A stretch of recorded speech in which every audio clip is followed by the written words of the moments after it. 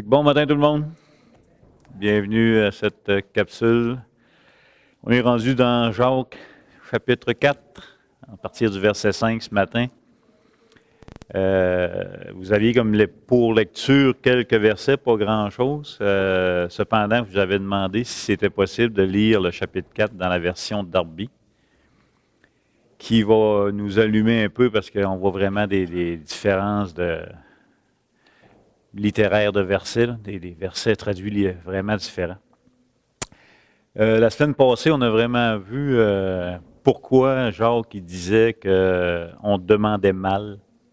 Vous demandez, mais vous demandez mal. Fait que ça, c'était un point important qu'on a vu la semaine passée à se rappeler.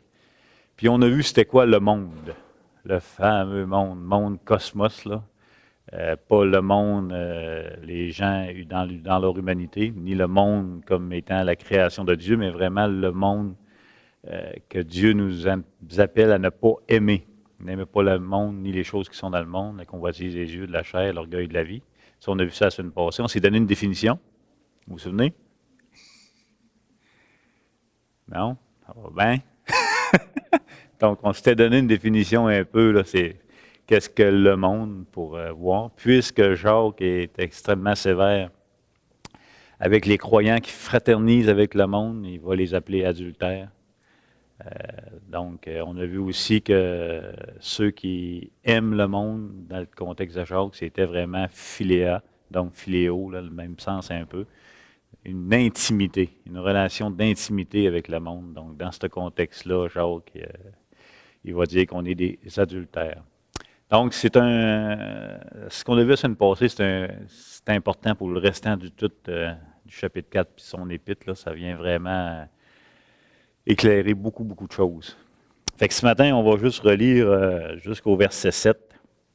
On va relire de 4.1 à 7 pour s'en remettre dedans. Donc, d'où viennent les luttes et d'où viennent les querelles parmi vous? N'est-ce pas de vos passions qui combattent dans vos membres? Vous convoitez et vous ne possédez pas. Vous êtes meurtriers et envieux et vous ne pouvez pas obtenir. Vous avez des querelles et des luttes et vous ne possédez pas parce que vous ne demandez pas. Vous demandez et vous ne recevez pas parce que vous demandez mal, dans le but de satisfaire vos passions. Adultères que vous êtes, ne savez-vous pas que l'amour du monde est inimitié contre Dieu? Celui donc qui veut être ami du monde se rend ennemi de Dieu. Croyez-vous que l'Écriture parle en vain? C'est avec jalousie que Dieu chérit l'Esprit qu'il a fait habiter en nous. Il accorde, au contraire, une grâce plus excellente. C'est pourquoi l'Écriture dit, Dieu résiste aux orgueilleux, mais il fait grâce aux hommes. Soumettez-vous donc à Dieu, résistez au diable et il fuira loin de vous. Donc, encore une fois, Jacques est assez cru. Ça y va autre chose. Fait que le verset 5 qu'on vient de lire, croyez-vous que l'Écriture parle en vain, c'est avec jalousie que Dieu chérit l'Esprit qu'il a fait habiter en nous. Ce verset-là, il y a deux difficultés majeures. La première difficulté majeure qu'on a, c'est que c'est vraiment difficile à savoir quelle référence Jacques fait. Référence quand il dit « Croyez-vous que l'Écriture parle en vain ». Pour Jacques, ça a l'air d'être clair. Il a de l'air à faire référence à d'autres passages des Écritures bien clairs, mais c'est pas clair. En d'autres mots, c'est difficile de savoir de quelle référence Jacques parle. Fait que ça, c'est une première difficulté. La deuxième difficulté, qui est la plus grosse de ce verset-là, c'est que c'est difficile de savoir de quel esprit on parle. Il dit, c'est avec jalousie, pour ce qu'on a lu ici, il dit, c'est avec jalousie que Dieu chérit l'esprit qu'il a fait habiter en nous. Donc, la deuxième grosse difficulté, de quel esprit on parle que Dieu a fait habiter en nous? C'est pas si évident. On a deux options, là. On ne peut pas aller plus loin que deux options. Il n'y a pas trois esprits, là. La première, on a le choix entre l'esprit humain, que chaque être humain a pour respirer, ou on a le choix entre le Saint-Esprit. C'est les deux options. On va voir un petit peu les deux points de vue, les deux options, parce qu'on ne pourra pas être dogmatique là-dessus. Mais en tout cas, pas moi, là, je n'en arrive pas à cette conclusion-là. Si je prends la première option, qui est l'esprit humain, on peut se référer à Genèse 2, verset 7. Dieu forma l'homme de la poussière de la terre, il souffla dans ses narines un souffle de vie et l'homme devint une âme vivante. Donc, l'esprit que Dieu a donné à l'être humain pour devenir une âme vivante, qui se reproduit dans notre reproduction, si vous voulez. Dieu nous a équipés de procréer et les gens ont cet esprit-là, l'esprit humain. Si on va lire la version Darby, du verset 5, là on vient de lire celle-là de second, et regardez bien la version de Darby. Où pensez-vous que l'Écriture parle en vain? Jusque-là, ça va encore. Mais regardez le reste du verset. L'esprit qui demeure en nous désire-t-il avec envie? L'esprit qui demeure en nous désire-t-il avec envie?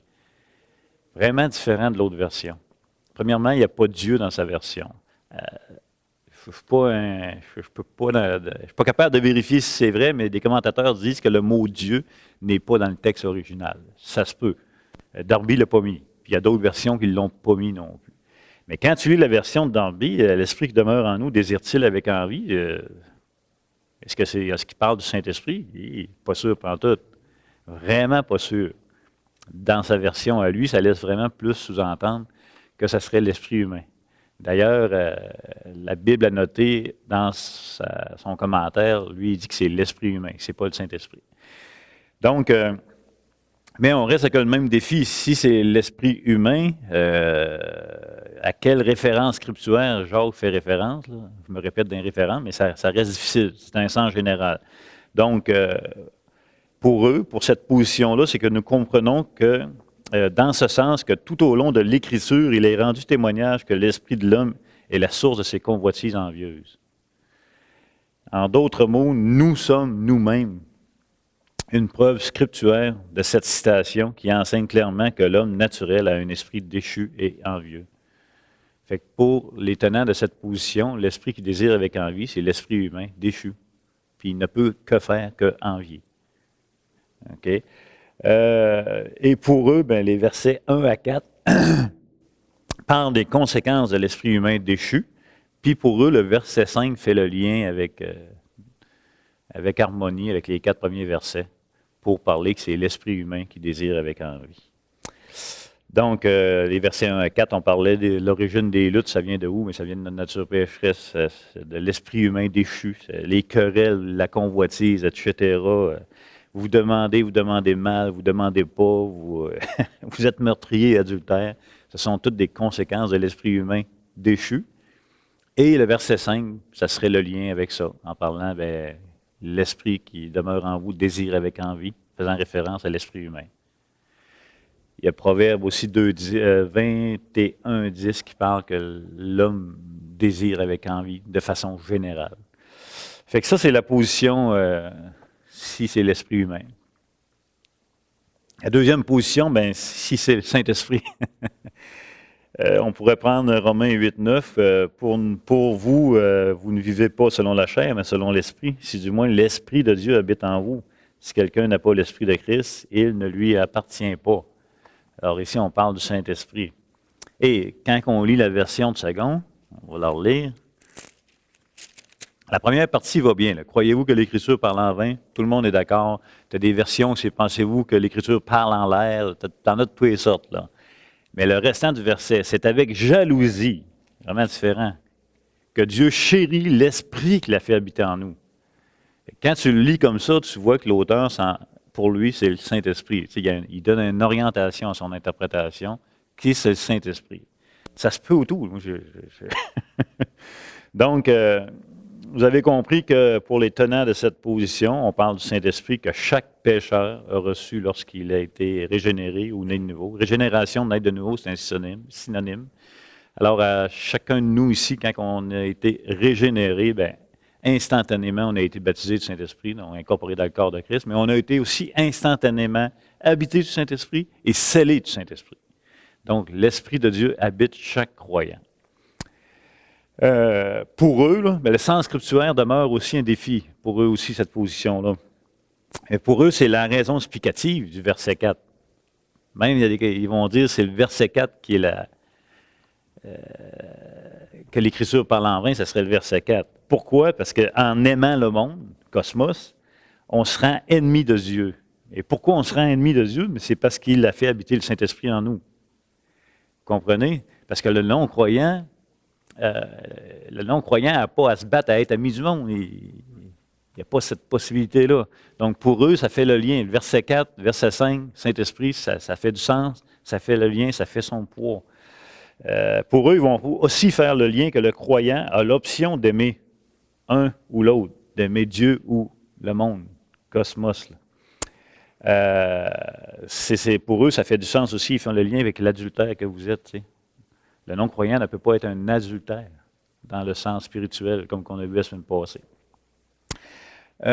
Pour eux, ils vont aussi faire le lien que le croyant est racheté par le sang de Jésus-Christ, ce qui rend Dieu jaloux lorsque notre cœur s'attache au monde, fraternise avec le monde, aimer le monde. Rappelez-vous, aimer, relation d'intimité que Jacques parle.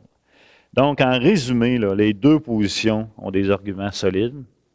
Les deux positions donnent des richesses. Fait que quand vous dites on ne sera pas dogmatique, bien, on ne sera pas dogmatique sur ce verset-là pour dire c'est le Saint-Esprit, non, c'est l'Esprit humain. On va se garder une petite gêne. Donc, les deux sont bons. Il y a des points forts, il y a des points faibles dans les deux positions. Mais ce qui est intéressant, c'est que les docteurs en théologie nous laissent une richesse. Puis ça, il faut en profiter. Que vous soyez d'accord ou pas, il y a de la richesse dans les deux positions. Puis c'est une bonne pratique de lire les deux positions différentes, puis d'aller chercher des points différents. Puis ça nous met plus relax. Puis vous allez être plus capable d'absorber la position opposée. Dans les deux cas, ça s'applique. Tu sais, on pourrait, ça fait bien du sens que l'esprit humain désire avec envie. Que tout le penchant de l'esprit humain penche vers une convoitise du monde. Parce qu'il est dedans, il n'y a pas d'autre option. Tu sais. Ça fait du sens. Ça fait du sens aussi qu'il parle du Saint-Esprit. Donc, il faut y aller avec une position. On va y aller avec la position du Saint-Esprit parce que je l'ai tenue depuis le début du chapitre 4. Fait que je vais continuer avec, entre autres. Peut-être qu'elle a plus de points forts qui viennent me chercher aussi, mais comme je vous dis, on ne sera pas dogmatique là-dessus. OK. Par contre, on a quand même un point à éclaircir, la jalousie. Moi, dans mes oreilles, quelqu'un de jaloux, ça ne sonne jamais si positivement. Ça a souvent une connotation négative. Tu sais.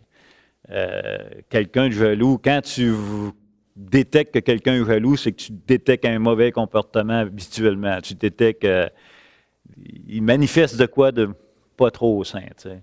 Un conjoint jaloux, une conjointe jaloux, il y a un amour sain, mais une jalousie, c'est souvent malsain. Tu sais. En tout cas, on le voit de même. Peut-être qu'au Québec, on est plus comme ça, mais là, Dieu est jaloux. C'est quand même une bonne question. Qu'est-ce que c'est ça que Dieu est jaloux? Tu comprends? Dieu a-tu une faiblesse? Jaloux. Fait que, lorsque Dieu voit une personne qui lui appartient, lorsque Dieu voit un enfant de Dieu se tourner vers le monde, fraterniser avec le monde, encore une fois, relation intime avec le monde, bien, là, Dieu est jaloux, mais il est jaloux dans quel sens? Il est en train de faire une crise? Tu sais, je veux dire, c'est comme, hey, ça, c'est mon enfant, puis là, il aime le monde, il ne m'aime plus. Tu sais. Dieu est en train de faire une crise. Là, tu sais. Il est en train de bouder parce que l'autre s'est tourné vers le monde. Et là, il va-tu se mettre à en vouloir au monde pour tuer le monde? Il va-tu se vouloir un esprit de vengeance? Il va-tu s'arracher les cheveux parce qu'un de ses enfants s'est tourné vers le monde et il a une crise de jalousie, il a perdu ses repères? C'est pas ça, là. Ça, c'est nous. Dieu est jaloux. Bon, comment on peut interpréter ça? Les Écritures vont souvent utiliser des termes pour se faire comprendre. Puis les Écritures sont pour nous. Et c'est des termes anthropomorphiques. Ces termes-là, c'est des termes qui se rapportent à des sentiments humains. On le voit beaucoup dans les Écritures, comme jaloux, c'en est un. Attristé. N'attristez pas le Saint-Esprit. On voit des fois que Dieu est attristé. Est-ce qu'on s'imagine que Dieu pleure, puis il y a de quoi qu'il n'avait pas prévu dans sa souveraineté? C'est pas ça. Encore une fois, c'est pour nous faire comprendre. On voit aussi que Dieu se souvient. Hein. Moi, ça m'avait traumatisé longtemps quand on travaillait sur l'Ancien Testament, les engagements avec Abraham, entre autres. Dieu se souvient. Si bas, il avait-tu oublié? Je pense qu'il s'en est souvenu. Tu sais, c'est comme... S'il s'en était pas souvenu, on était dans la merde. Puis là, si jamais il nous oublie, il va se souvenir de nous autres, de son engagement, de sa nouvelle alliance. Tu comprends? C'est des termes anthropomorphiques. Monter. C'est quand il dit les cris, je ne sais pas, les cris des esclaves en Égypte ont monté jusqu'à moi. Leurs cris, j'ai entendu leurs cris. C'est tous des termes pour nous faire comprendre. Et jaloux fait partie de cette gamme-là. Donc, le point que Jacques veut soulever, c'est que le Saint-Esprit en nous est jaloux de notre loyauté envers Dieu. C'est pas par possession malsaine, c'est pas négativement ou par faiblesse qui est jaloux, mais par conséquence d'un prix payé pour nous avoir rachetés, par conséquence de nous avoir sauvés. Et le but recherché, c'est notre liberté. C'est juste ça. Donc, si on héberge un autre esprit, l'esprit du monde, l'esprit mondain, ici dans le contexte, l'amour du monde, bien, on est infidèle au Saint-Esprit qui nous habite et qui, lui, veut notre loyauté. C'est dans ce sens-là que Dieu est jaloux. Et c'est un point positif. Parce que s'il n'était pas jaloux, dans le sens que Dieu nous l'explique, on serait dans M. Parce que Dieu ne se s'en fout pas lorsque ses enfants se détournent de lui pour se tourner, dans le contexte ici, vers le monde. Ça va le déranger par amour pour nous. Okay? Donc, on retrouve aussi cette même idée dans l'Ancien Testament. On va quand même le lire, Exode 20, 1 à 6.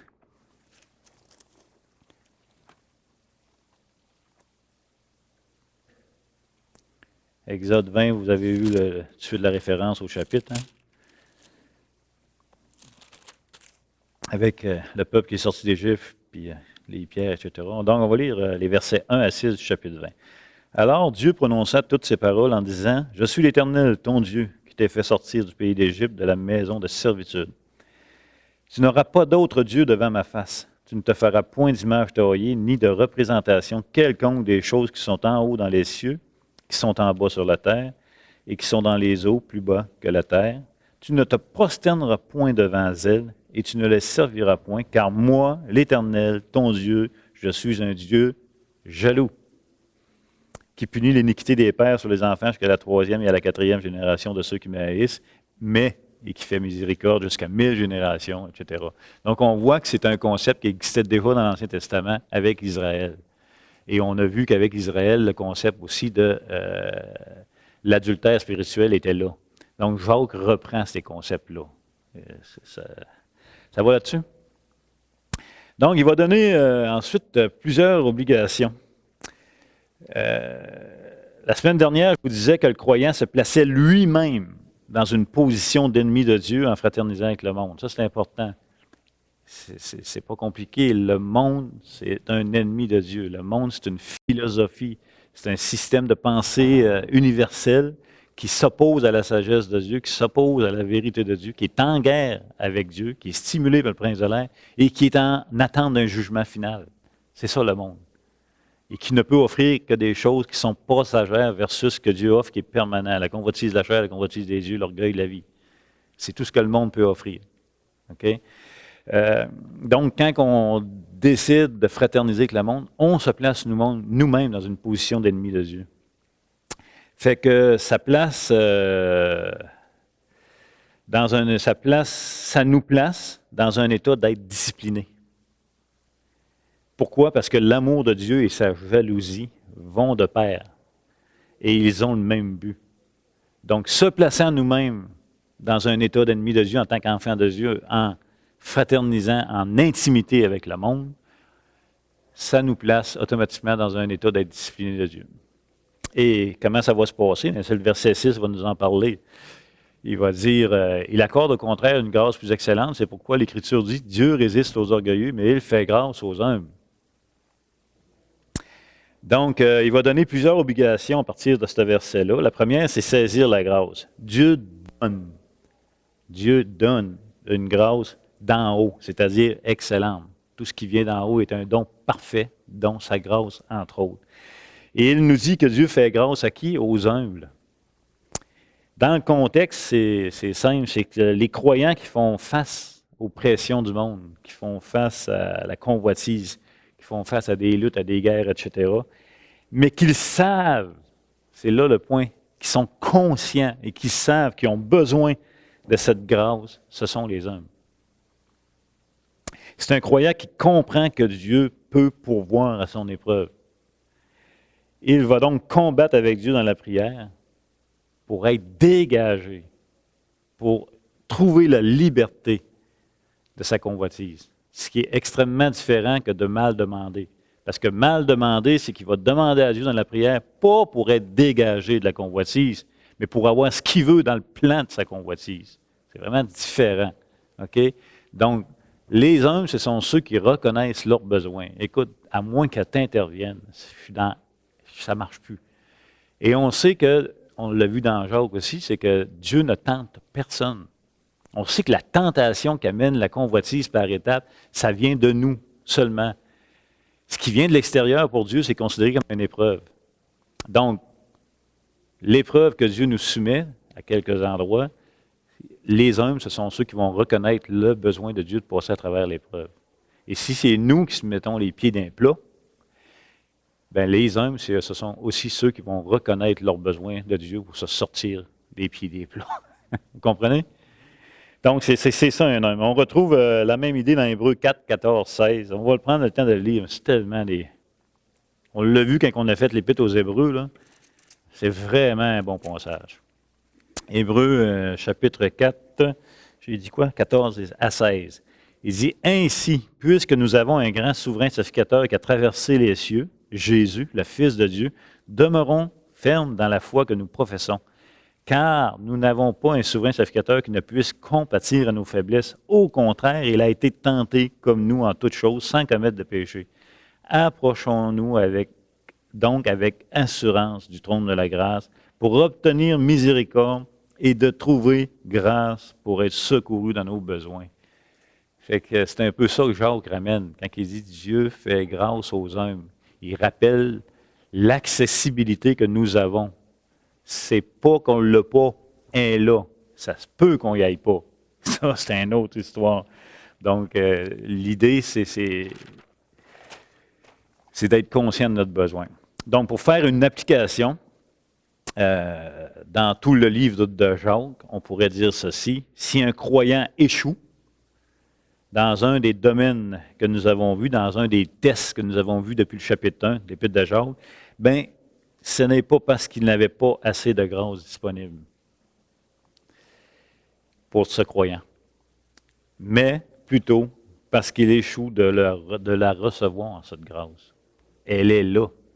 Elle est promise. Dans le domaine où il a échoué, encore une fois, on peut se rappeler du chapitre 1, 13-17, où Jacques fait la différence entre la tentation versus l'épreuve. Donc, on ne peut pas accuser de la grâce indisponible. C'est ça le point. Et Dieu la donne. Mais il la donne aux humbles. Et le critère premier d'un homme, c'est de reconnaître son besoin. Quand tu reconnais ton besoin, tu pars bien. Mais, il va dire quoi? Mais Dieu résiste aux orgueilleux. Résiste aux orgueilleux. C'est là qu'on tombe dans la discipline. C'est de la discipline. Résiste est un mot qui régulièrement est utilisé comme un terme militaire. Il utilisait ce terme-là pour dépeindre une armée prête au combat. Et soyez assurés que quand Dieu résiste, il est prêt au combat. C'est pas son problème, c'est pas d'être fort. Il résiste aux orgueilleux. Dites-vous que si c'est vrai pour la grâce, et on est tous d'accord, que Dieu fait grâce aux hommes, ça fait notre affaire, c'est le côté positif de la chose, c'est béni. Dites-vous que c'est aussi vrai que Dieu résiste aux orgueilleux. Fait que quand on est du côté orgueilleux, attendez-vous pas que ça va bien aller. Il va nous combattre. Parce qu'il est amour et jaloux de nous. De notre cœur, à qui il appartient, etc., comme tout ce qu'on a vu. Fait que soyez assurés les deux. C'est l'opposé d'un humble. Donc, un croyant orgueilleux, c'est quelqu'un qui pense, qui est convaincu de quoi? De ne pas avoir besoin de la grâce de Dieu. C'est ça un orgueilleux. Il marche dans une fière autosuffisance, l'orgueilleux. Il marche dans une fière indépendance. Il est capable. Il n'a pas de compte à rendre à personne. Il ne reconnaît pas son propre péché.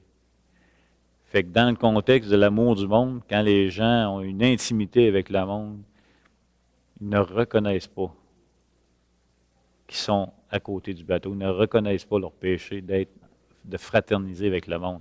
Ils sont autosuffisants. Et quand des frères par amour peuvent les reprendre, ils n'ont pas besoin. Ils sont convaincus qu'ils n'ont pas besoin de Dieu dans ce domaine-là. Tout va bien. C'est ça l'orgueil. Et Dieu va les combattre. Un autre point bien important de ces gens-là, quand je dis ces gens-là, on se comprend-tu ça peut être moi puis vous aussi. Là. On a chacun nos événements de nos vies qui nous amènent des fois à échouer puis que Dieu va venir nous chercher. Ces gens-là, ils s'aiment vraiment, mais ils s'aiment vraiment beaucoup. Ils s'aiment tellement beaucoup qu'ils sont régulièrement au-dessus des autres. Ça, c'est un orgueilleux. Donc, le croyant orgueilleux qui se place lui-même, encore une fois, il se place lui-même dans une position d'ennemi de Dieu, en fraternisant avec le monde dans le contexte, Dieu promet une chose, c'est qu'il va les lutter en le résistant. Tu n'en sortiras pas. Donc, la première obligation était de saisir la grâce disponible. Ça, c'est une obligation du croyant. Le deuxième, il va dire, soumettez-vous donc à Dieu. Soumettez-vous. Soumettez, c'est un terme qui appelle à la volonté. C'est un terme qui était, par exemple, quand Jésus était jeune, puis ça nous est dit que Jésus était soumis à ses parents. C'est le même terme. Quand Paul dit, soumettez-vous aux autorités, nos gouvernements, c'est le même terme. Qu'ici, soumettez-vous à Dieu. Donc, c'est un terme qui appelle une base volontaire de la personne. Ça appelle à la volonté. Fais le move, soumets-toi à Dieu. C'est le moyen de te sortir, de résister, c'est de se soumettre. Tu vas te faire combattre par Dieu dans ton orgueil tant aussi longtemps que tu ne te soumettras pas. Puis il va gagner en passant. Tu t'en sortiras pas. Donc, c'est assez simple. Quand on se rebelle par orgueil, dans différents domaines de notre vie, on doit se soumettre à Dieu en revenant à lui. Et par quel moyen on fait cela? C'est par la confession. Parce que quand Dieu nous résiste, il va nous amener jusqu'à temps de voir notre péché. Il va mettre en lumière un jour. À un moment donné, tu vas avoir l'option de te soumettre, de reconnaître ce que la lumière, ce que Dieu a mis en lumière dans ta vie, puis de te ranger derrière ce point de vue-là. Donc, c'est par la confession. Si nous confessons nos péchés, il est fidèle et juste pour nous les pardonner et pour nous purifier de toute iniquité. Donc, l'orgueilleux ne confesse pas, l'homme va confesser. L'idée, c'est pas d'avoir rien à confesser. Si tu n'as rien à confesser, tu es déjà orgueilleux. Encore une fois, la première épître de Jean est fantastique là-dedans. Et si vous dites que vous n'avez pas de péché, vous êtes dans l'erreur. Vous marchez dans les ténèbres. Mais si vous marchez dans la lumière, comme lui-même est la lumière, donc si vous marchez avec Dieu qui éclaire ta vie, il dit, il est fidèle et juste pour vous pardonner vos péchés. C'est bon, tu dis. Donc, plus que la lumière de Dieu est sur ta vie, plus que tu vas confesser. C'est ça que ça veut dire. Plus que tu marches dans les ténèbres, moins que tu as à confesser, parce que tu penses que ça va bien. Tu penses que tu n'as pas besoin de Dieu. Il y a vraiment un principe qu'on pourrait développer là, qu'on développe pas le matin, là, mais vraiment intéressant. Un autre point, il va dire, résistez au diable et il fuira loin de vous. Donc, le diable fait partie d'un des 3 domaines de notre guerre spirituelle. Donc, notre guerre spirituelle est dans 3 domaines. Notre chair déchue, notre esprit déchu est suffisant pour nous donner une guerre. Le monde est suffisant aussi, et Satan ou le diable. Donc, ici, il fait référence au diable. Et il va donner la clé. Comment tu peux combattre le diable? Et la clé, ça se résume en un mot, c'est résister. 1 Pierre 5, 8 et 9, on va le lire, puisque d'autres en ont aussi parlé. 1 Pierre 5, 8 et 9. Soyez sobres, veillez. Votre adversaire, le diable, rôde comme un lion rugissant, cherchant qui il dévorera. Résistez-lui avec une foi ferme, sachant que les mêmes souffrances sont imposées à vos frères dans le monde. Encore une fois, résistez-lui avec une foi ferme. On pourrait développer encore là, qu'est-ce que la foi? La foi vient de ce qu'on entend vient de la parole de Dieu. Fait que là, on a vraiment un indice comment on peut résister. Tu ne peux pas résister sans la foi. Tu ne peux pas résister sans un contenu de la parole de Dieu. OK? Éphésiens 6 à 11, 17.